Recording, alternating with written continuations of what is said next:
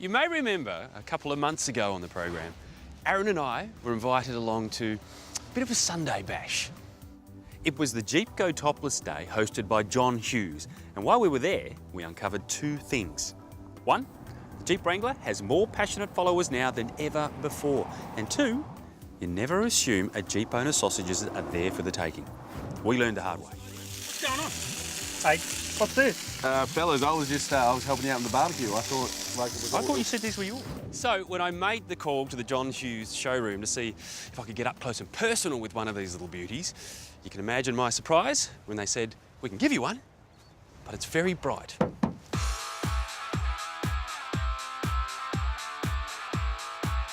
They call it rock lobster, but let's be honest, it's only one shade away from pink. I should make mention that many years ago, this was a vehicle that was very close to my heart. In fact, one of my first cars was a Jeep Renegade convertible. There's just a few dials on the dash, 3 gears to choose from, but my God, could it go anywhere. Today, I want to find out just how far these cars have come. This little baby is the 2013 Jeep Wrangler Rubicon. Now it's powered by a 3.6 litre V6 petrol engine, and it comes either as a 5-speed auto or a 6-speed manual. Now I may not get the chance to leave the tarmac today, but on that Jeep Topless Day that I mentioned earlier, Aaron and I were surrounded by conversations on just how capable this car is off-road. It digs deeper, it goes further, and is by far more fun than any of its competitors.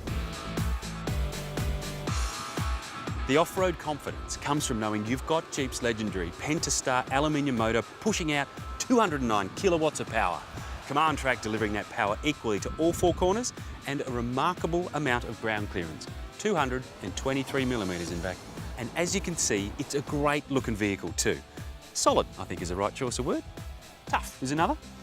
They've kept these rugged hood latches as part of the Jeep tradition and added these high impact flares and bumpers.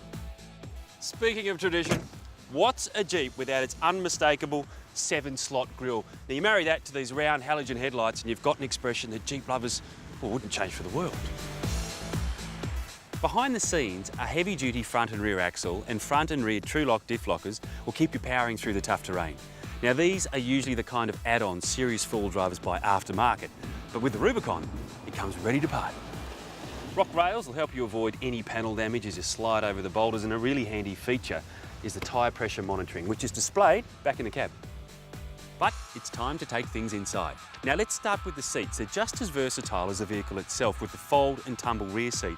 There's 425 litres of cargo room with the rear seats tumbled, and then there's a whopping 714 litres with them removed. I must say, a lot has happened in here since my 1975 Renegade. I think I had a speedo, there was a fuel gauge and a tape deck. This is just beautiful. Front and centre is this leather-wrapped steering wheel with multi-function controls.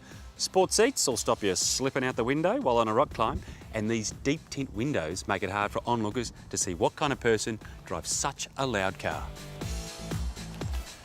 Turns out that person's me.